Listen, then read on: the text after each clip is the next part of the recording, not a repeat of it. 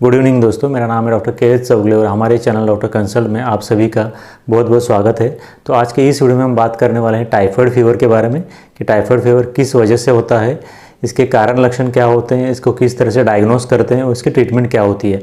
इन सब बातों के साथ साथ जो भी टाइफाइड के बारे में जो भी छोटी मोटी ऐसी चीज़ें हैं जिनको कि जानना ज़रूरी है, उनके बारे में भी आज हम इस वीडियो में आगे डिस्कस करने वाले हैं। तो सबसे पहले बात करते हैं कि टाइफाइड फीवर किस वजह से होता है, इसके बारे में।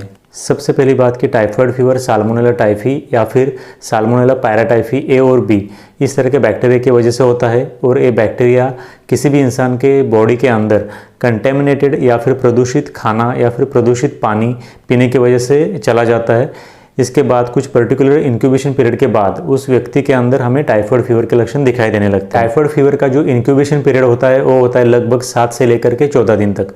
मतलब किसी भी पेशेंट के बॉडी के अंदर अगर इस तरह से टाइफाइड का बैक्टीरिया एंटर कर जाता है तो उस व्यक्ति में टाइफाइड के साइंस और सिम्टम्स आने में लगभग 7 दिन से लेकर के 14 दिन तक भी लग सकते हैं। इस टाइम पीरियड के दौरान उस व्यक्ति के बॉडी के अंदर फीवर भी नहीं आता है, कोई भी साइंस और सिम्टम्स नहीं दिखाई देते हैं, ना ही उस पेशेंट को कुछ तकलीफ होती है।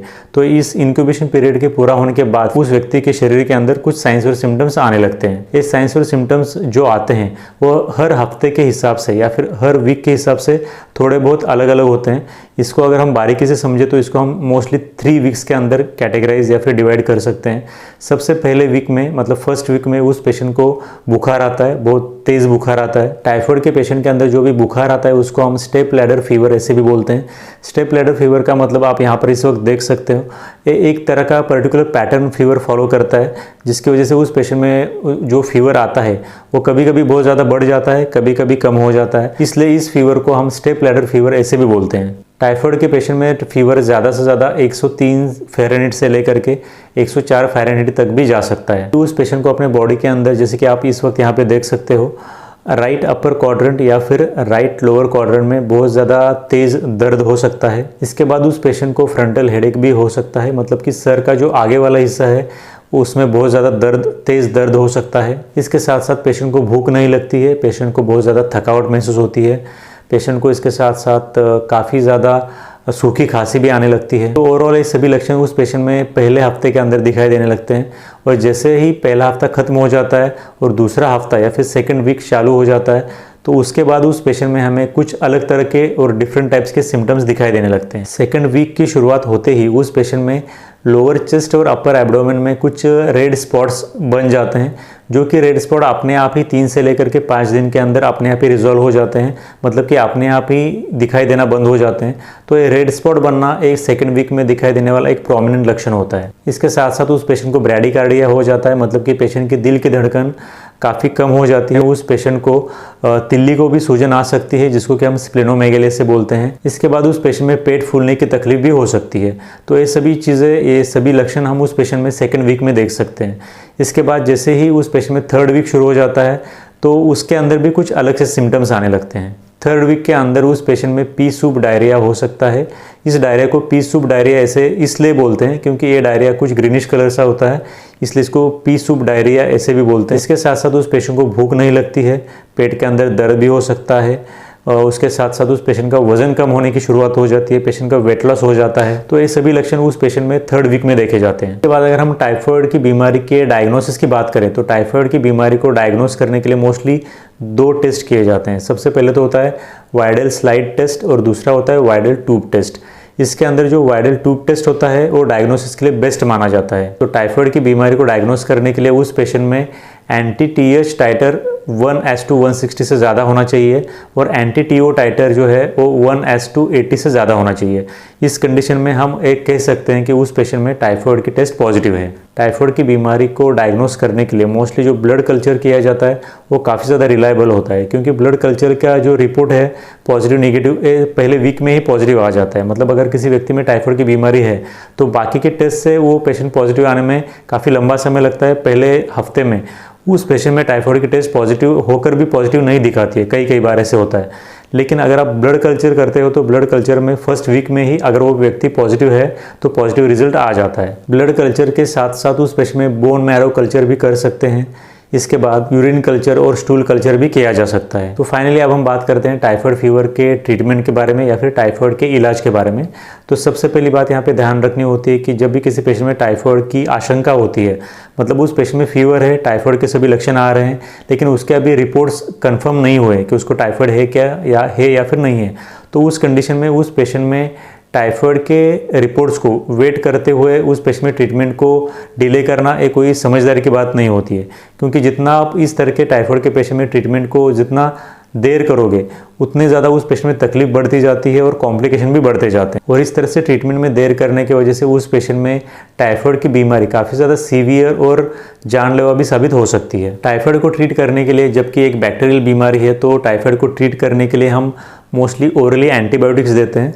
एंटीबायोटिक्स के अंदर हम उस पेशेंट में एजिथ्रोमाइसिन विद सेफिक्सिम दे सकते हैं। इसके साथ साथ ओफ्लोक्सेसिन भी दिया जाता है, या फिर ओफ्लोक्सेसिन, सिप्रोफ्लोक्सेसिन, इस तरह के जो मेडिकेशंस होते हैं उनको इस्तेमाल किया जाता है। अगर किसी पेशेंट में टाइफाइड की वजह से काफ़ी ज़्यादा सीवियर बीमारी बन जाती है तो फिर उस पेशेंट को सबसे पहली बात तो हॉस्पिटल में एडमिट किया जाता है।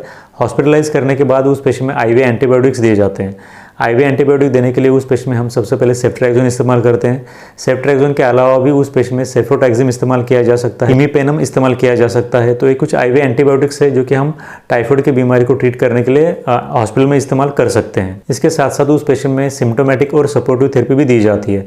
मतलब कि अगर उस पेशेंट में फीवर आ रहा है तो फिर उस फीवर को कम करने के लिए उस पेशेंट में पैरासीटामोल दे सकते हैं। इसके साथ साथ अगर उस पेशेंट में फ्लूइड इंटेक कम है, वीकनेस है, तो उस पेशेंट को आईवी डीएनएस, आईवी आरएल या फिर आईवी एनएस, इस तरह के जो आईवी पॉइंट्स होते हैं वो भी दिए जा सकते हैं। इसके साथ मल्टीविटामिन की अगर ज़रूरत है तो फिर मल्टीविटामिन के इंजेक्शन भी आईवी के थ्रू उस पेशेंट में दिए जा सकते हैं। इसके बाद अगर उस पेशेंट में बॉडी एक है तो पैरासीटामोल एक ऐसी दवाई है जो फीवर के साथ साथ बॉडी एक को भी कम करती है। अगर उस पेशेंट में वोमिटिंग, हाइपर एसिडिटी ऐसे कुछ लक्षण दिखाई दे रहे हैं तो फिर उस पेशेंट में हम एंटासिड का इस्तेमाल भी कर सकते हैं। पेशेंट का अगर ओरल इंटेक कम है, मतलब पेशेंट मुंह से कुछ ज़्यादा खाना नहीं खा रहा है, पानी ज़्यादा नहीं पी रहा है, तो फिर उस पेशेंट में आईवी सपोर्ट या फिर आईवी फ्लूइड्स का सपोर्ट भी दिया जा सकता है। इसके बाद जो भी टाइफाइड के कॉम्प्लिकेटेड केसेस होते हैं उनमें हम स्टेरॉयड इस्तेमाल कर सकते हैं, जैसे कि डेक्सामेथासोन को इस्तेमाल किया जा सकता है। डेक्सामेथासोन जैसे जब स्टेरॉयड्स इस्तेमाल करते हैं हम, तो उसकी वजह से जो भी कॉम्प्लिकेटेड पेशेंट्स होते हैं उनके अंदर मॉर्टेलिटी का रेट कम करने में, यानी कि उनका मृत्यु दर कम करने में काफ़ी ज़्यादा मदद होती है। इसके बाद अगर उस टाइफाइड के पेशेंट के बॉडी के अंदर सीवियरिटी बनने के बाद इंटेस्टाइन के अंदर परफोरेशन हुआ है, परफोरेशन के थ्रू अगर ब्लीडिंग हुई है, तो फिर उस पेशेंट में सर्जरी या फिर ऑपरेशन करने की ज़रूरत भी हो सकती है। इसके बाद अगर हम बात करें टाइफाइड पेशेंट के डाइट के बारे में, तो टाइफाइड के पेशेंट को अपने खाने के अंदर काफ़ी ज़्यादा पानी पीना है, मतलब कि हाइड्रेशन स्टेटस को मेंटेन करना है। इसके साथ साथ इलेक्ट्रोलाइट बैलेंस को भी मेंटेन करना है। तो हाइड्रेशन और इलेक्ट्रोलाइट बैलेंस मेंटेन करना ये सबसे ज़्यादा ज़रूरी होता है। ओरली इस तरह का पेशेंट काफ़ी ज़्यादा फ्लूइड्स ले सकता है, जिसके अंदर वो पेशेंट कोकोनट वाटर ले सकता है, छाछ ले सकता है, दाल का पानी ले सकता है। साथ ही साथ वो पेशेंट सॉफ्ट डाइट भी ले सकता है। इसके अंदर वो पेशेंट खिचड़ी ले सकता है या फिर दलिया ले सकता है। ये कुछ ऐसी चीज़ें हैं जिनकी वजह से उस पेशेंट के बॉडी को एनर्जी भी मिलती है और उसके जो इंटेस्टाइन्स है उनके ऊपर ज़्यादा प्रेशर भी नहीं आता डाइजेशन का। तो ये कुछ ऐसे डाइट के टिप्स है जो वो टाइफाइड का पेशेंट फॉलो कर सकता है। तो इसके बाद अगर हम टाइफाइड फीवर के प्रिवेंशन की बात करें तो प्रिवेंशन के लिए ठीक से साफ़ सफाई रखना, हाइजीनिक कंडीशंस रखना और खाना खाने से पहले दोनों हाथ ठीक से साफ़ करना और ठीक से पका हुआ खाना खाना और रोड साइड्स फूड्स न खाना, बाहर की चीज़ें न खाना, ये सभी चीज़ें तो काफ़ी ज़्यादा ज़रूरी होती है। इसके साथ साथ आप अगर ज़रूरत है तो फिर टाइफाइड की वैक्सीन आती है, वो वैक्सीन भी लगवा सकते हो। तो टाइफाइड की वैक्सीन किस तरह से लेनी है, कहाँ लेनी है, कब ले सकते हो, कौन नहीं ले सकता, इसके बारे में अगर आपको डिटेल में जानना है तो आप मुझे कमेंट सेक्शन में बताओ। मैं इसके बारे में और भी एक वीडियो बना के आपको टाइफाइड के वैक्सीन के बारे में जानकारी दे दूँगा।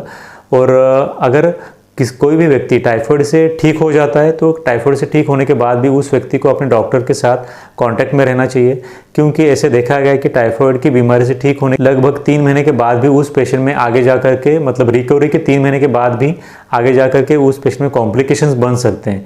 इसलिए ठीक होने के बाद, बीमारी से ठीक होने के बाद भी अपने डॉक्टर के साथ कांटेक्ट में रहना काफ़ी ज़्यादा ज़रूरी होता है। तो आज हमने ओवरऑल इस वीडियो में बात की है टाइफाइड फीवर के बारे में।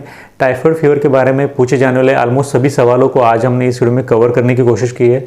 सो अगर आपके इसके विषय में और भी कुछ डाउट्स है तो आप हमें कमेंट सेक्शन में ज़रूर पूछ सकते हो। Thanks for watching this video till the end. Thank you very much.